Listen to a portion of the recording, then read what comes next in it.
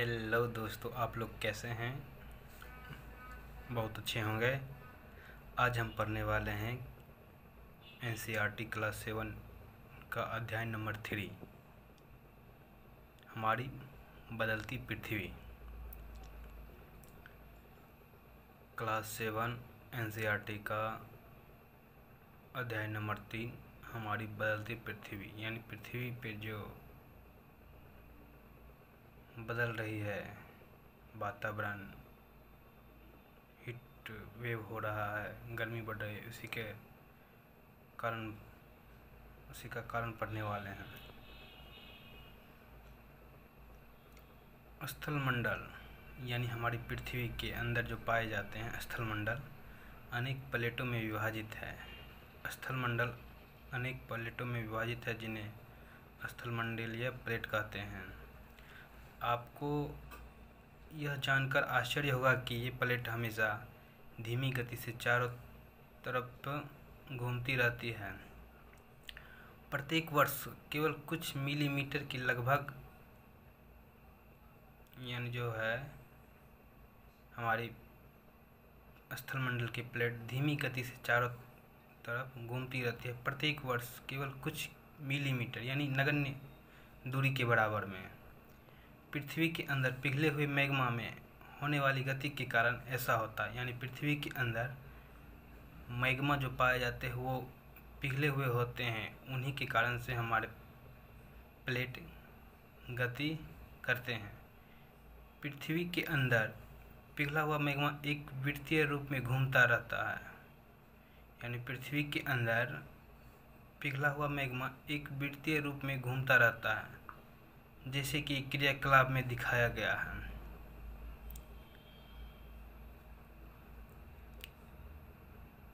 Plate की इस गति के कारण पृथ्वी की सतह पर परिवर्तन होता है। यानी प्लेट में इस गति के कारण पृथ्वी की सतह पर परिवर्तन होता रहता है। पृथ्वी की गति को उन बलों के आधार पर विभाजित किया गया है जिनके कारण ये गतियाँ उत्पन्न होती है। जो बल पृथ्वी के आंतरिक भाग में लगती है या घटित होती है उन्हें अंतर्जनित बल या एंडोजेनिक फोर्स कहते हैं। यानी जो पृथ्वी के अंदर जो बल लगते हैं उसे अंतर्जनिक या एंडोजेनिक फोर्स कहते हैं, एवं जो बल पृथ्वी की सतह पर उत्पन्न होते हैं उन्हें बहिर्जनिक बल या एक्सोजेनिक फोर्स कहते हैं। अंतर्जनित कभी कभी आकस्मिक गति उत्पन्न करता है। यानी अंतर्जनित यानी पृथ्वी के अंदर जो बल लगती है वो आकस्मिक अचानक कभी गति उत्पन्न करता है, जिसके कारण कभी धीमी गति और आकस्मिक गति के कारण भूकंप एवं ज्वालामुखी जैसे आकस्मिक गति के कारण पृथ्वी की सतह पर अत्यधिक हानि होती है। यानी पृथ्वी के अंदर जो बल लगता है वो अत्यधिक हानिकारक होता है।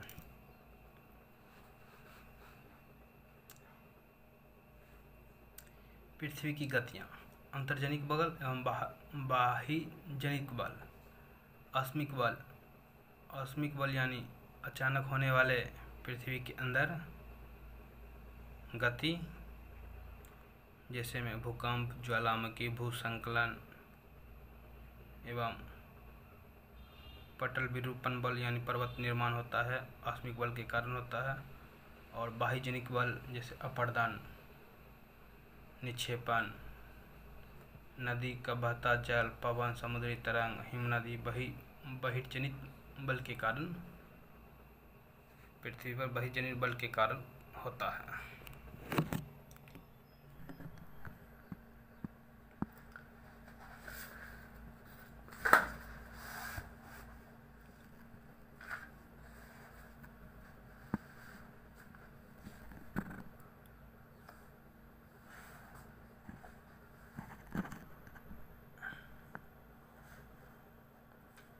ज्वालामुखी भूपटपट्टी पर खुला एक ऐसा छिद्र होता है जिससे पिघलते हुए पदार्थ अचानक निकलती है, जिसे ज्वालामुखी कहते हैं। जैसे देखिए ये भूपटपट्टी हुआ, इसके मुख से खुला एक ऐसा छिद्र होता है जिसमें पिघले हुए अचानक पदार्थ यानी मेंटल निकलता है, जिसे ज्वालामुखी कहते हैं। ये हमारा मेंटल है जो फोर परपटी के अंदर पिघले हुए पदार्थ के रूप में पाया जाता है। ये हमारा निकलने वाले मेंटल हैं और ये ज्वालामुखी मुख को क्रेटर कहते हैं। ये गैस निकल रही है, ये निकास द्वार हो गया।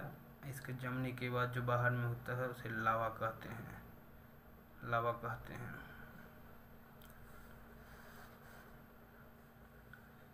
इसी प्रकार स्थलीय प्लेटों में गति करने पर पृथ्वी की सतह पर कंपन होता है। यह कंपन पृथ्वी के चारों ओर गति करता है। इस कंपन को भूकंप कहते हैं। भूपर्पटी के नीचे वह स्थान जहाँ कंपन आरंभ होता है उसे उद्गम केंद्र कहते हैं। यानी पृथ्वी के अंदर वह सतह जहाँ से भूकंप निकलती है उसे उद्गम केंद्र कहते हैं। उद्गम केंद्र के भूसतह पर उसके निकटतम स्थान को अधिकेंद्र कहते हैं। यानी उद्गम केंद्र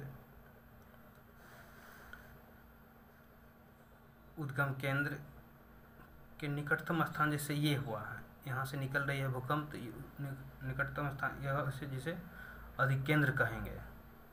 अधिकेंद्र उद्गम केंद्र से भूसतह के निकटतम स्थान को अधिकेंद्र कहते हैं। अधिकेंद्र से कंपन बाहर की ओर तरंगों के रूप में गमन करती है। अधिकेंद्र से कंपन बाहर की ओर तरंगों के रूप में गमन करती है। यानी अधिकेंद्र से जो कंपन निकलती है वो तरंग के रूप में बाहर की ओर गमन करती है। अधिकेंद्र के निकटतम भाग में सर्वाधिक हानि होती है। अधिकेंद्र के निकटतम स्थान पर सर्वाधिक हानि होती है एवं अधिकेंद्र की दूरी बढ़ने के साथ भूकंप की तीव्रता धीरे धीरे कम हो जाती है।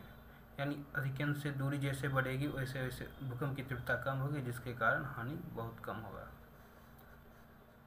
उद्गम केंद्र वह स्थान जहाँ भूकंप उत्पन्न होता है वह भूकंपीय ऊर्जा का उत्पन्न उद्गम केंद्र कहलाता है। भूकंपीय तरंगे तीन प्रकार के होती है। पी तरंगे अथवा अनुदैर्ध्य तरंग, एस तरंगे अथवा अनुप्रस्थ तरंग, एल तरंगे पृष्ठीय तरंग। इन तरंगों के गुणधर्म विश्वकोश में ज्ञात करने का प्रयास कीजिए।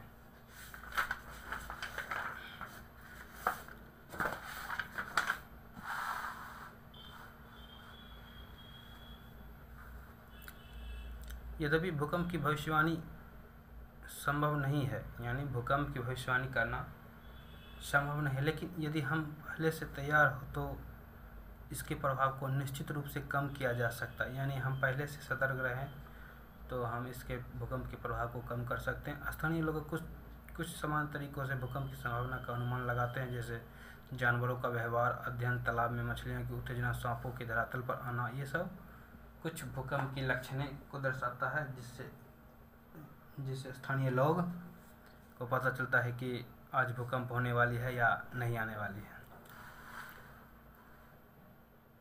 भूकंप का मापन एक यंत्र से किया जाता है जिसमें भूकंप लेखी कहते हैं। भूकंप की तीव्रता रिएक्टर स्केल पर मापी जाती है। जिस भूकंप की तीव्रता 2.0 अथवा उससे कम होती है उसका प्रभाव नहीं के बराबर होता है, यानी क्षति नहीं होती है। जिस भूकंप की तीव्रता 5.0 होती है वह वस्तु गिरने से क्षति पहुंच सकती है, यानी ये इसमें जान माल यानी किसी की नुकसान हो सकती है, जान माल की हानि हो सकती है।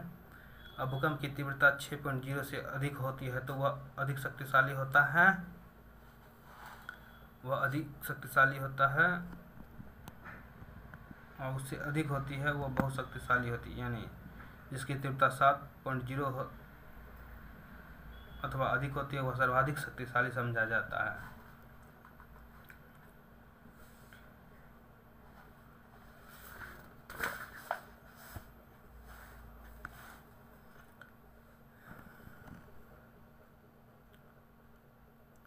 मुख्य स्थल आकृति यानी अपक्षय एवं अपरदन नामक दो प्रक्रम द्वारा दृश्य भूमि लगातार विघटित होती रहती है।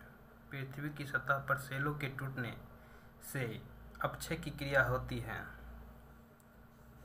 भूदृश्य पर जल, पवन एवं हिम जैसे विभिन्न घटकों के द्वारा होने वाले क्षय को अपर्दन कहते हैं, यानी टूटने की जैसे कोई वस्तु टूट फूट जाती है उसको अपर्दन कहते हैं। वायु जल आदि अपर्दित पदार्थ को एक स्थान, वायु जल इत्यादि किसी माध्यम से अपर्दित पदार्थ को एक स्थान से दूसरे स्थान पर ले जाते हैं और फलस्वरूप एक स्थान पर निक्षेपित यानी जमा कर देते हैं।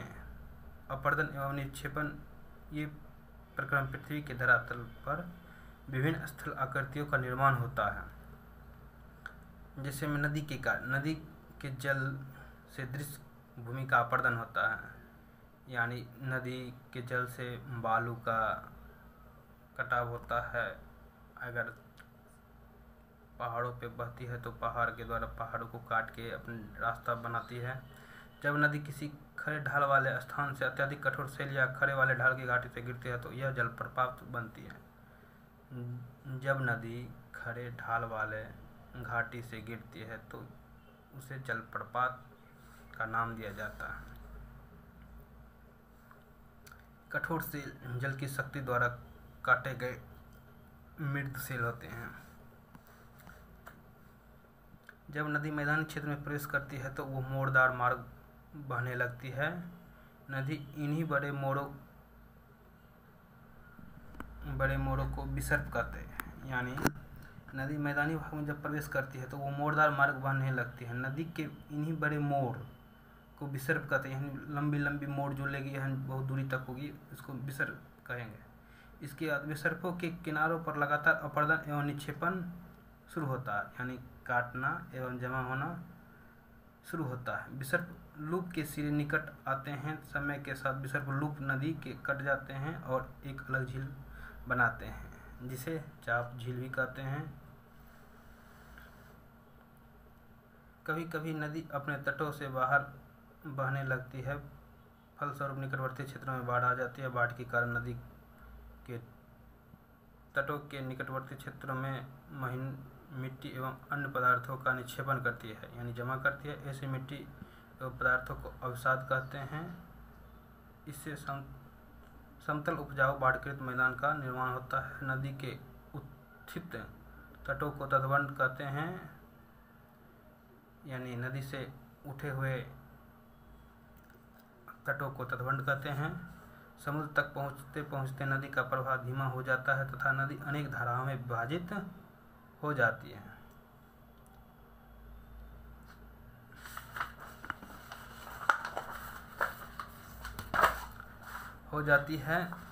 जिसे वितरिका कहते हैं। ये देखिए मुख्य नदी जो समुद्र के किनारे आते आते विभिन्न भागों में बट गई, जिसे वितरिका कहते हैं। यहाँ नदी धीमी हो जाती है कि यह अपने साथ लाए मलबे का निक्षेपण करने लगते हैं, यानी अपने साथ लाए हुए कंकर वाले पत्थर को जमा करने लगती है। नदी में धीमी होने के कारण लगती है। प्रत्येक वितरिका अपने मुहाने का निर्माण करता है, यानी प्रत्येक जो वितरिका जो अपने मुहाने यानी जो नदी द्वारा लाए गए वस्तु को हटाने लगती है। प्रत्येक वितरिका अपने मुहाने का निर्माण करती है। सभी मुहाने के अवसादों के संग्रह से डेल्टा का निर्माण होता है।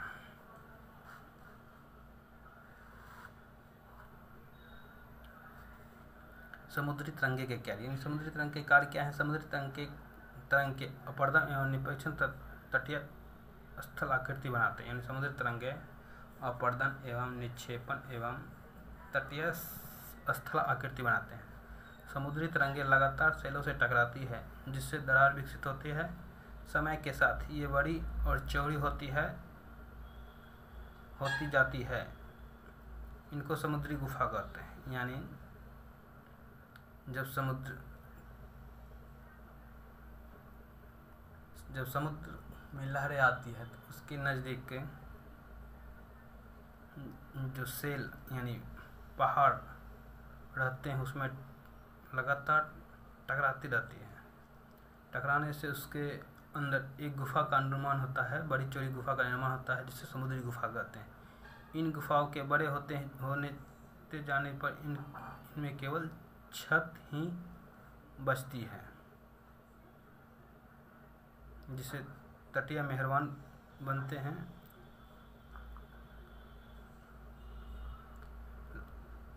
लगातार अपरदन छत को भी तोड़ देता है और केवल दीवारें बचती है।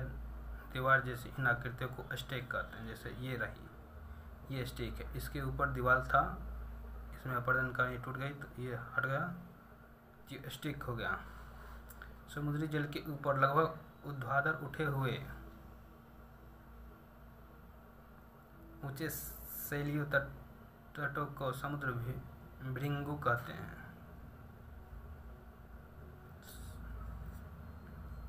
समुद्र तरंगे किनारों पर अवसाद जमा कर समुद्र पुलिन का निर्माण करते हैं। यानी समुद्र तरंगे किनारों पर अवसाद जमा कर समुद्री पुलिन का निर्माण करते हैं। हिमनद के कार्य। हिमनद अथवा हिमानी बर्फ की नदियाँ होती हैं।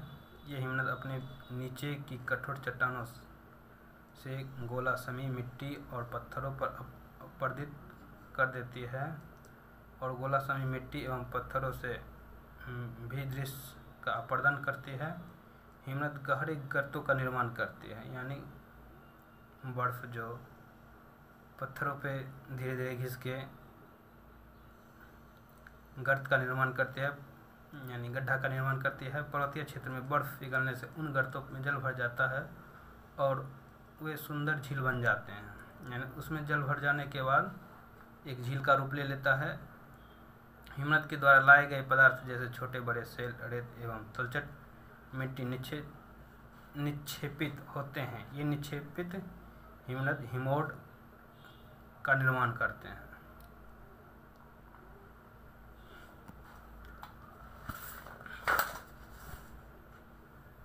पवन के कार्य। क्या आपने कभी रेगिस्तान देखा है? बालू के टिब्बे के कुछ चित्र एकत्र करने का प्रयास कीजिए। कह रहा है रेगिस्तान में पवन अपरदन एवं निक्षेपण का प्रमुख कारण, यानी कह रहा है जैसे राजस्थान इलाका में पवन अपरदन एवं निक्षेपण का प्रमुख कारण है। यानी वहाँ बालू को एक जगह से दूसरे जगह ले जाना रेगिस्तान में अक्सर देखा जाता है। रेगिस्तान में आप छत्रक के आकार के सेल देख सकते हैं, जिन्हें सामान्यतः छत्रक सेल कहते हैं।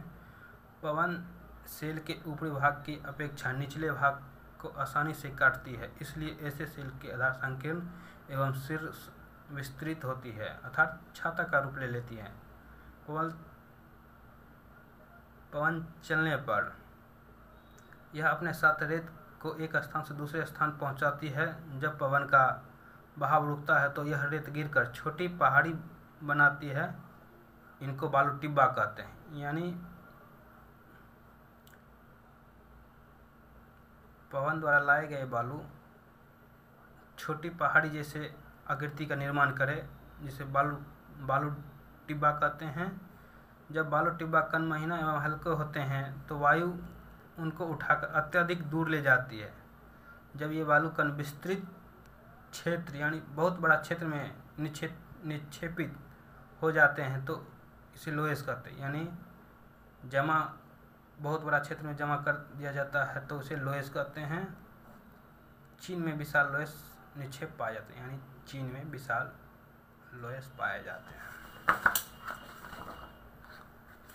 इस तरह से हमारा अध्याय नंबर 3 खत्म होने के कगार पर है। और थोड़ा हम और देख लेते हैं। विश्व में हजारों छोटे जलप्रपात हैं। सबसे ऊंचा जलप्रपात दक्षिण अमेरिका के वेनेजुएला का एंजल जलप्रपात है। अन्य जलप्रपात उत्तरी अमेरिका में कनाडा तथा संयुक्त राज्य अमेरिका की सीमा पर नियाग्रा जलप्रपात है और अफ्रीका में जाविया एवं जिम्बाब्वे की सीमा पर विक्टोरिया जलप्रपात है। यानी विश्व की सबसे ऊंचा जलप्रपात कौन है? दक्षिण अमेरिका के वेनेजुएला का एंजल जलप्रपात है। इस प्रकार मेरा अध्याय नंबर 3 समाप्त हुआ। अगर हमारी वीडियो अच्छा लगे तो लाइक एवं शेयर जरूर करें। अगर हमारे चैनल पे नए हैं तो चैनल को सब्सक्राइब कर लें। जय हिंद।